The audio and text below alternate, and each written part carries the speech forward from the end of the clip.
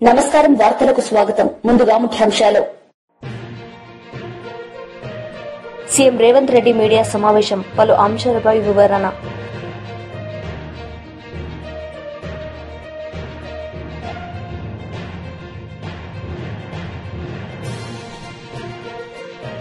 మాజీ మంత్రి Gudivada Amarnath press meet TDP నేతలపై fire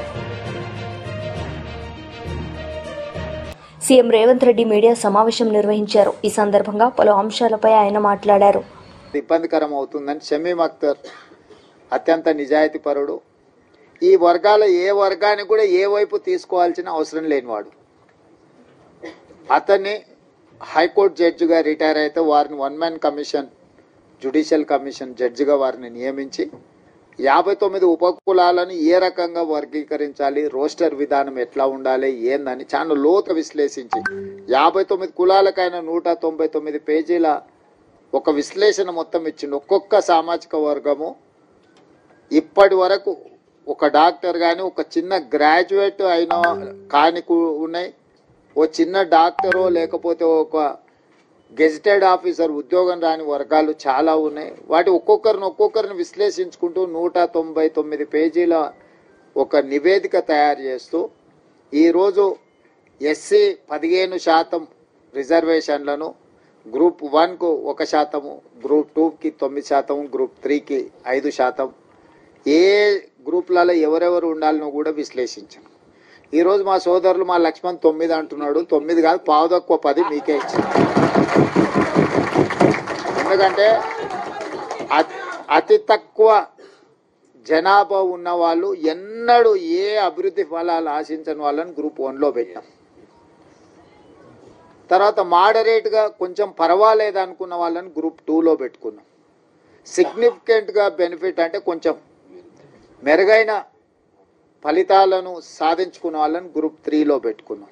so group 1 and group 2లో ఉన్నది మొత్తం మాదిగా ఉపకులాలకు సంబంధించిన వాళ్ళే ఉన్నారు. వాళ్ళకు సంబంధించి పావు తక్కువ 10% రిజర్వేషన్ ఈరోజు మీకు అందుబాటులోకి వచ్చింది. ఇది ఎవరికి వ్యతిరేకం కాదు, మీకు జరిగిన అన్యాయాన్ని సరిదిద్దే ప్రయత్నం ఇది.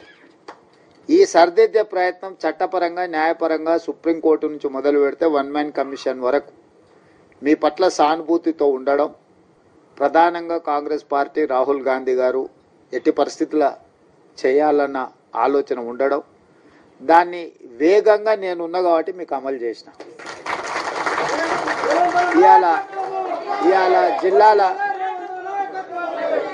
ఇవాళ జిల్లాలో మొదటి నుంచే నేను జడ్పీటీసీ కావచ్చు, ఎమ్మెల్సీ కావచ్చు, ఎమ్మెల్యే కావచ్చు, ఎంపీ కావచ్చు, ఇవాళ ముఖ్యమంత్రి కావచ్చు, ఏ స్థాయిలో నేను రాజకీయాలలో చిన్నది పెద్దది ఏ పదవైనా ఉండని మాదిగోళ్ళ పిల్లలు న్యాయంబడే తిరిగి ఎన్నికల ప్రచారం చేశాను. నేను ముందు నుంచి చెప్పిన, ఇప్పుడు కాదు, 2014లో తెలంగాణ రాష్ట్రం ఏర్పడ్డ తర్వాత అసెంబ్లీలో తీర్మానం పెట్టండి, ఈ ఎస్సీ వర్గీకరణకు తెలంగాణ కొత్తగా ఏర్పడ్డ తెలంగాణ రాష్ట్ర ప్రభుత్వం అనుకూలంగా ఉన్నది అని కేంద్ర మాజీ మంత్రి గుడివాడ అమర్నాథ్ మీడియా సమావేశం నిర్వహించారు. ఈ సందర్భంగా ఆయన మాట్లాడారు. ఈరోజు అత్యంత ప్రతిష్టాత్మకమైనటువంటి విశాఖపట్నంలో ఉన్నటువంటి పోతినిమల్లపాలెంలో ఉన్నటువంటి ఇంటర్నేషనల్ క్రికెట్ స్టేడియంకి రాజశేఖర రెడ్డి గారి పేరు మీద ఆ స్టేడియం ఉంటే ఈరోజు కొత్తగా వారి పేరును తొలగించి కేవలం Andhra cricket association VDCA cricket stadium అని చెప్పి కొత్తగా చేసినటువంటి మార్పుల్లో రాజశేఖర రెడ్డి గారి పేరును తొలగించినటువంటి విషయాన్ని కూడా మనందరం కూడా నిన్నటి నుంచి చూస్తూ ఉన్నాం. మీరు రాజశేఖర రెడ్డి గారి పేరుని గోడల మీద చెరిపేయవచ్చు, లేకపోతే రాజశేఖర రెడ్డి గారి పేరుని విశాఖపట్నంలో సీతకొండని ఆ రోజు వైఎస్ఆర్ కాంగ్రెస్ పార్టీ ప్రభుత్వంలో అభివృద్ధి చేసి అక్కడ వైఎస్ఆర్ గారి పేరు మీద వ్యూ పాయింట్ని ప్రారంభోత్సవం చేస్తే అక్కడ రాజశేఖర రెడ్డి గారి పేరుని చేర్పేయవచ్చు, లేదా హెల్త్ యూనివర్సిటీకి పెట్టినటువంటి రాజశేఖర రెడ్డి గారి పేరుని చేర్పేయవచ్చు. కానీ ప్రపంచంలో ఉన్నటువంటి తెలుగువారి గుండెల్లో ఉన్నటువంటి వైఎస్ఆర్ పేరుని చేర్పేసేటువంటి ఆ అర్హత కానీ చేర్పేసేటువంటి స్థాయి కానీ ఈరోజు ఈ కూటమి పార్టీలకి లేదు అనేటువంటి విషయాన్ని ఈ సందర్భంగా తెలియజేస్తూ ఉన్నాం.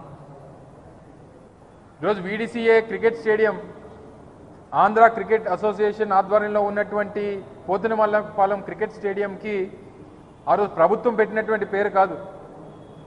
ఆ రోజు ఉన్నటువంటి ఆంధ్ర క్రికెట్ అసోసియేషన్ అధ్యక్షులుగా ఉన్నటువంటి గోకరాజు గంగరాజు గారు, లేదా ఆ రోజు ఉన్నటువంటి కమిటీ 2009 సెప్టెంబర్లో ఆ రోజు రాజశేఖర రెడ్డి గారు హఠాత్తుగా మరణిస్తే తక్షణమే ఆ రోజు నిర్మాణంలో ఉన్నటువంటి లేదా ఆ రోజు నూతనంగా నిర్మించినటువంటి ఆ స్టేడియంకి రాజశేఖర రెడ్డి గారి పేరు పెట్టాలని చెప్పి వారు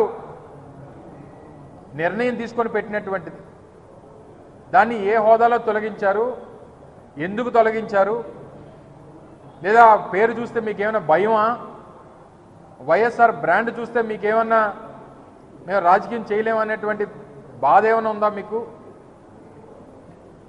సో అందుకనే ఈరోజు వైఎస్ఆర్ కాంగ్రెస్ పార్టీ దీన్ని తీవ్రంగా పరిగణిస్తూ వీరు చేస్తున్నటువంటి చర్యల్ని తీవ్రంగా ఖండిస్తూ రేపు ఉదయం 10 గంటలకి స్టేడియం దగ్గర ఒక నిరసన కార్యక్రమాన్ని కూడా నిర్వహించాలని చెప్పి పార్టీ నిర్ణయం తీసుకుంది.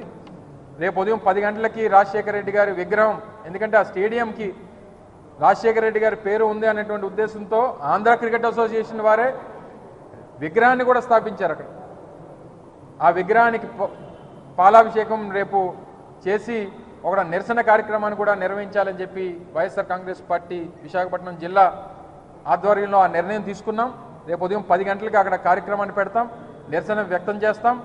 తప్పకుండా ఏదైతే అది కమిటీ నిర్ణయం తీసుకుందా, ఆంధ్ర క్రికెట్ అసోసియేషన్ నిర్ణయం తీసుకుందా, లేదా ప్రభుత్వం తాలూకా ప్రోద్బలంతో ఆ నిర్ణయం తీసుకున్నారా, లేదా వైఎస్ఆర్ గారి పేరు చూస్తేనే గుండెల్లో లేదా వెన్నులో వణుకు పడుతూ ఉందా, ఏంటి అనేటువంటి దానికి ప్రభుత్వం సమాధానం చెప్తుందా, లేదా ఆంధ్ర క్రికెట్ అసోసియేషన్ సమాధానం చెప్తుందా అనేటువంటిది చూస్తాం. అలా మీరు ఏ రోజు కూడా రాజశేఖర రెడ్డి గారు అంటే ఉమ్మడి తెలుగు రాష్ట్రాల్లో విద్యకి వైద్యానికి ఏ రకమైనటువంటి ప్రాధాన్యతలు ఇచ్చి ఆరోగ్యశ్రీ లాంటి ఒక బృహత్తరమైనటువంటి కార్యక్రమాలు తీసుకొని వచ్చి ఫీజు రీయింబర్స్మెంట్ తీసుకొని వచ్చి ఎన్నో లక్షల మందికి ఈరోజు జీవితాలు నిలబెట్టి ఇన్ని కార్యక్రమాలు చేసినటువంటి రాజశేఖర రెడ్డి గారి పేరుని ఆ రోజు అనేక సంస్థలు, అనేక అసోసియేషన్స్ ఆ రోజు నిర్ణయాలు తీసుకొని పెట్టినటువంటి పరిస్థితులు ఉన్నాయి. వైఎస్ఆర్ జిల్లాగా ఉన్నటువంటి దాన్ని తీసుకొని వచ్చి మళ్ళీ వైఎస్ఆర్ కడప జిల్లా అని చెప్పి పేరు మార్చారు. వైఎస్ఆర్ రైతు భరోసా కేంద్రాలు ఉంటే దాని పేరు తీశారు. మాజీ మంత్రి హరీష్ రావు మీడియా సమావేశం నిర్వహించారు. ఈ సందర్భంగా పలు అంశాలపై ఆయన మాట్లాడారు. కూడా దారుణంగా మోసం చేస్తా ఉంది, అబద్ధాలు చెప్తా ఉంది. బడ్జెట్ స్పీచ్ లో కూడా అబద్ధాలు చెప్తున్నారు. నేను ఉత్తగా చెప్తలేను. అసెంబ్లీలో ఈ ప్రభుత్వం ఇచ్చిన సమాధానం, ఇది సంతకం కూడా చూడండి కింద, ఈ సమాధానం ఇచ్చింది సీతక్క గారు. అసెంబ్లీలో ప్రభుత్వం తరఫున సమాధానం ఇచ్చారు. అంటే మహిళలకు 1,00,000 కోట్ల వడ్డీ లేని రుణం అనేది బోగస్ మాట, అబద్ధపు మాట అసెంబ్లీలో ఈ ప్రభుత్వం చెప్పింది. నంబర్ 1. Number 2, stitching charges. అది ఇంకా జోక్ ఏంటంటే పోయినసారి అదే పేజ్ 35లో చెప్పిండ్రు 2024-25లో. ఈసారి కూడా మక్కి అదే పేజ్ 35లో చెప్పిండ్రు. పోనీ అమలైందంటే కాలేదు. ఏంటిది ఇది?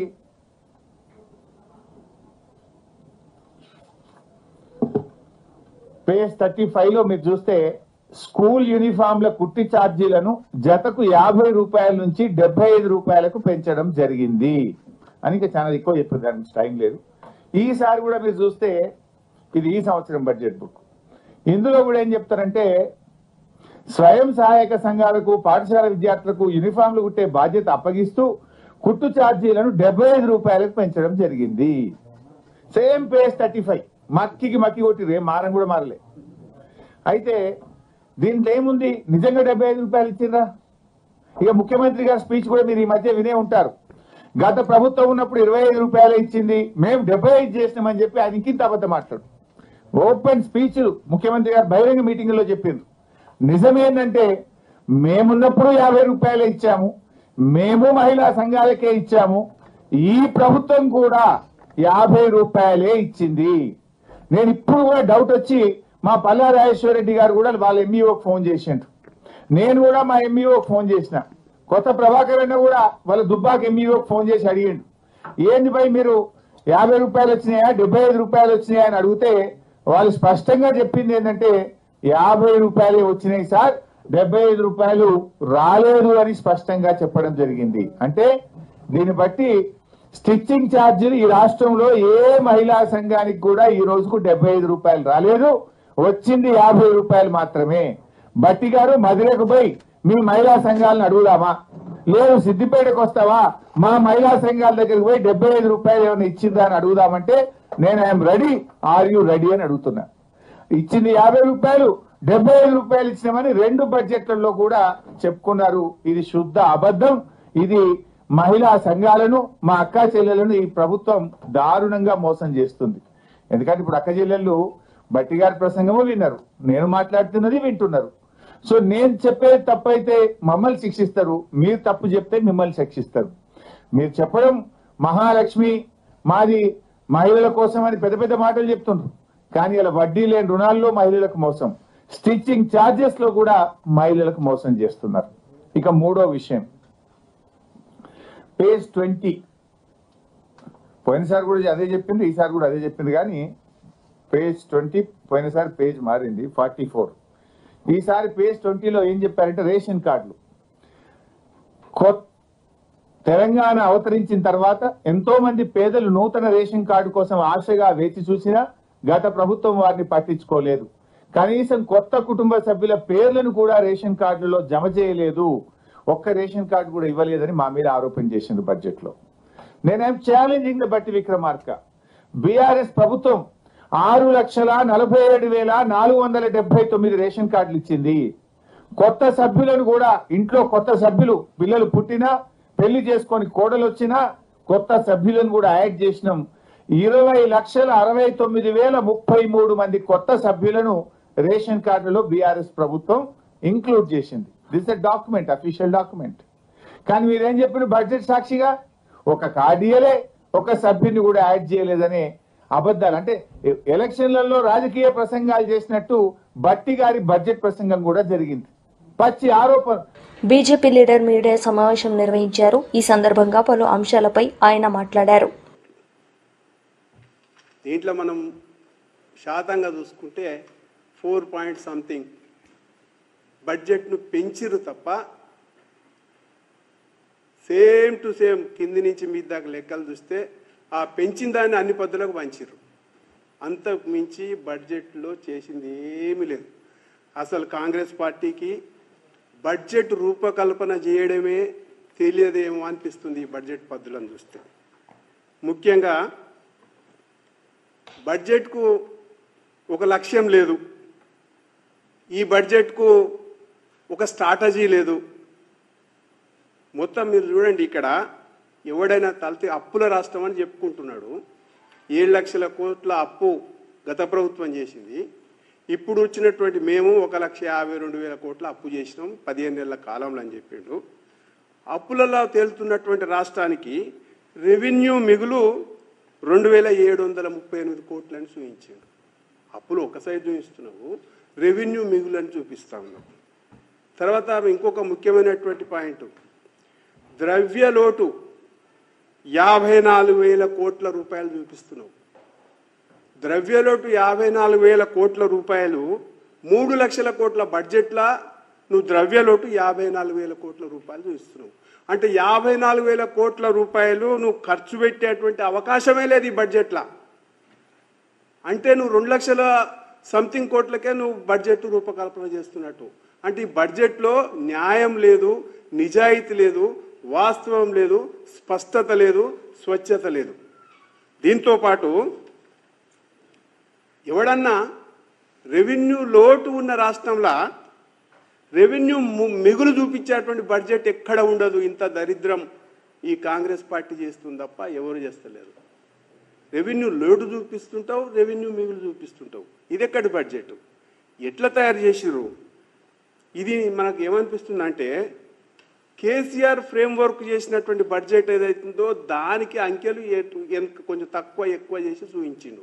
అంటే కేసీఆర్ అద్దంలో రేవంత్ రెడ్డి ముఖం చూసుకుంటుండు తప్ప ఈయన చేసింది ఏమీ లేదు, మార్పు లేదు, పాడు లేదు. తర్వాత ఎచ్చులకు పోయి బడ్జెట్ని 3 లక్షల కోట్లకు పైన ఎక్కువ చూపించిండు. హెచ్చుల బడ్జెట్గా దీన్ని మనం ఆలోచన చేసుకోవచ్చు. ఎందుకు చెప్తున్నానంటే ఇప్పుడు ఆంధ్రప్రదేశ్ బడ్జెట్ చూస్తే 33,000 కోట్ల రెవెన్యూ రేటు చూపించిండు. దీనికి ఒక అర్థం ఉంది. ఎందుకంటే మోడీ గారు కేంద్ర ప్రభుత్వంలో అధికారంలోకి వచ్చిన తర్వాత 14 తర్వాత 17వ సంవత్సరం నుంచి రెవెన్యూ లోటు ఉన్నటువంటి రాష్ట్రాలకు కేంద్ర ప్రభుత్వం నిధులు ఇచ్చి ఆ రెవెన్యూ పూర్చేటువంటి ప్రయత్నం చేస్తుంది. అంటే 17వ సంవత్సరంలో మోడీ గారి కొత్త పథకాన్ని ప్రారంభం చేసిండు. ఎందుకంటే రాష్ట్రాలు బీమారీగా ఉండొద్దు, రెవెన్యూ లోటు ఉండొద్దు, మేము కేంద్ర ప్రభుత్వంగా కొంత సహాయం చేస్తాం రెవెన్యూ లోటును పూడ్చుతందుకని చెప్పేసి 2017లో 4 రాష్ట్రాలకు మాత్రమే రెవెన్యూ లోటును పూడ్చేటువంటి అవకాశం నరేంద్ర మోడీ గారికి వచ్చింది. ఆ రెవెన్యూ లోటును పూడ్చిండ్రు. అయితే టీడీపీ లీడర్ మీడియా సమావేశం నిర్వహించారు. ఈ సందర్భంగా పలు అంశాలపై ఆయన మాట్లాడారు.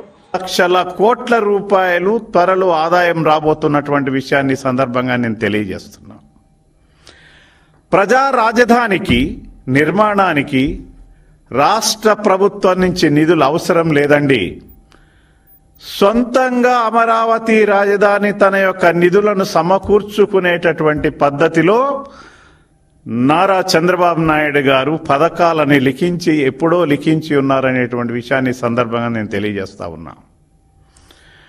రాజధానిపై దుష్ప్రచారం చేయడం అంటే జగన్మోహన్ రెడ్డి నాడు చేసింది. రాజధానిపై దుష్ప్రచారం చేయటం అంటే అభివృద్ధిపై వేటు వేయడం అనేటువంటి విషయాన్ని ఆయనకు డైరెక్ట్గా తెలియజేస్తున్నాం. కూటమి ప్రభుత్వం అధికారంలోకి వచ్చాక శరవేగంతోనే కాకుండా పారదర్శకంగా కూడా పనులు ప్రారంభమైనటువంటి విషయాన్ని మనం గమనించాలి. రాజధానిలో పునర్నిర్మాణ పనులకు 48,012.67 కోట్ల వ్యయంతో 48,012.67 కోట్ల వ్యయంతో ప్రభుత్వం ఇప్పటికే పరిపాలనా అనుమతులను ఇచ్చినటువంటి విషయాన్ని తేటతెల్లం చేస్తోంది చంద్రబాబు నాయుడు గారి నాయకత్వంలోని కూటమి ప్రభుత్వం. అలాగే ప్రపంచ బ్యాంకు, ఏషియా డెవలప్మెంట్ బ్యాంకు నుంచి 15,000 కోట్ల రూపాయలు రుణం మంజూరయ్యింది. జర్మనీకి చెందినటువంటి డెవలప్మెంట్ బ్యాంక్ KfW నుంచి 5,000 కోట్ల రూపాయలు రుణం పొందేందుకు కూటమి ప్రభుత్వం కృషి చేస్తున్నటువంటి విషయాన్ని మీ అందరికీ కూడా తెలియజేస్తున్నా. నేను గతంలో టీడీపీ ప్రభుత్వంలో నిర్మించిన టిట్కో గృహాలు పూర్తి చేస్తున్నారు. మౌలిక సదుపాయాలు కల్పించేందుకు 4,400 కోట్ల రూపాయలు నిధులు మంజూరు చేశాం. మొత్తం 15,400 కోట్లు అమరావతి నిర్మాణానికి,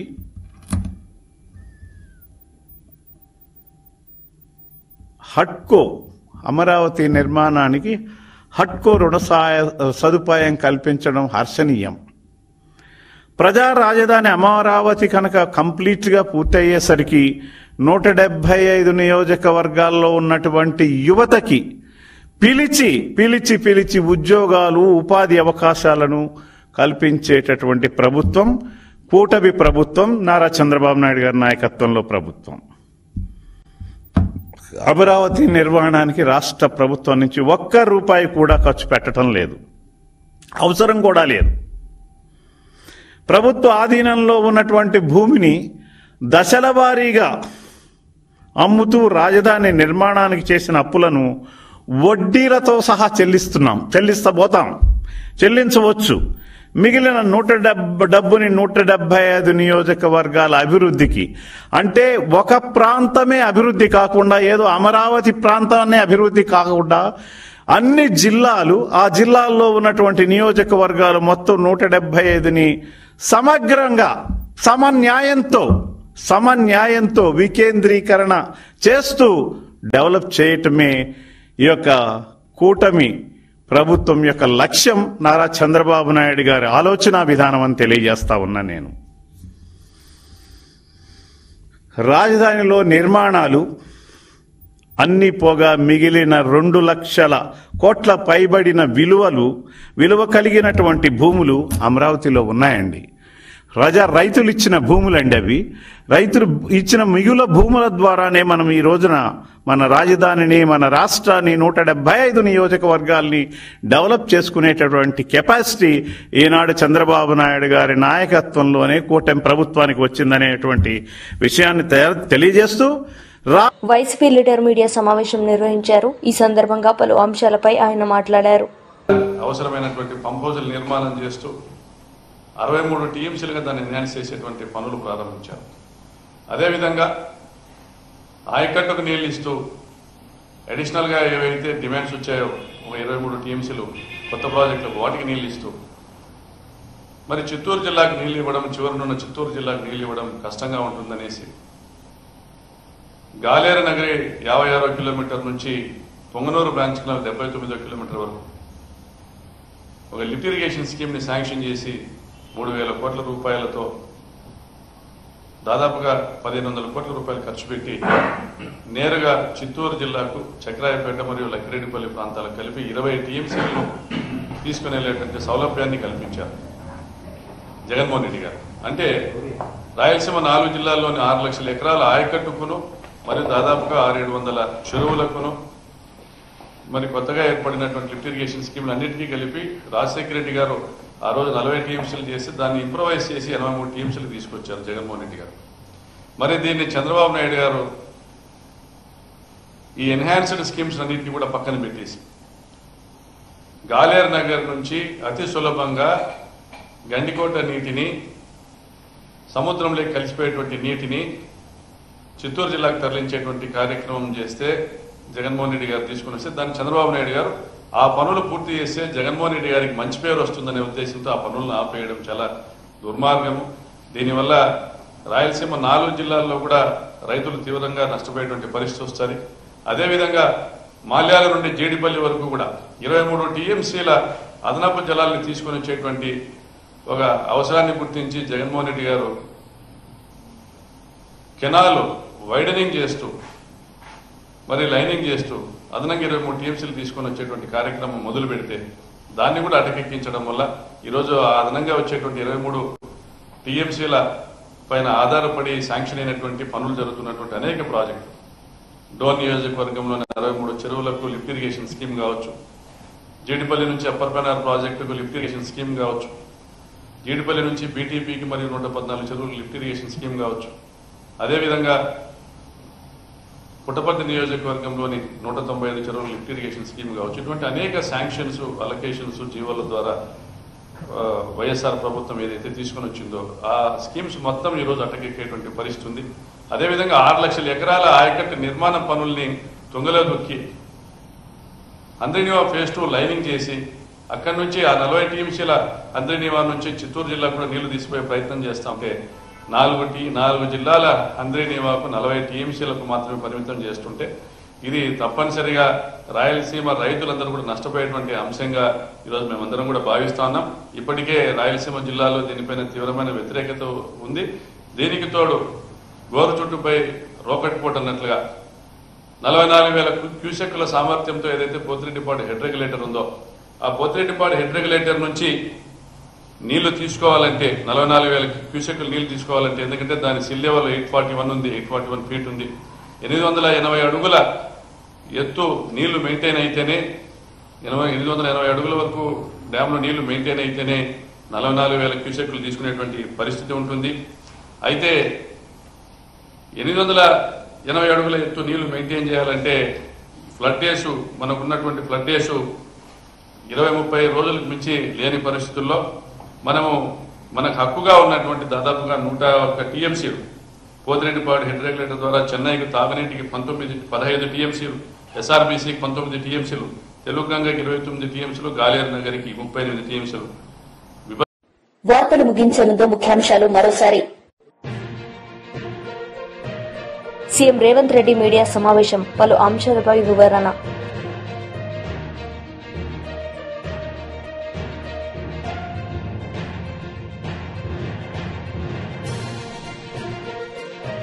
మాజీ మంత్రి Gudivada Amarnath press meet, TDP నేతలపై ఫైర్.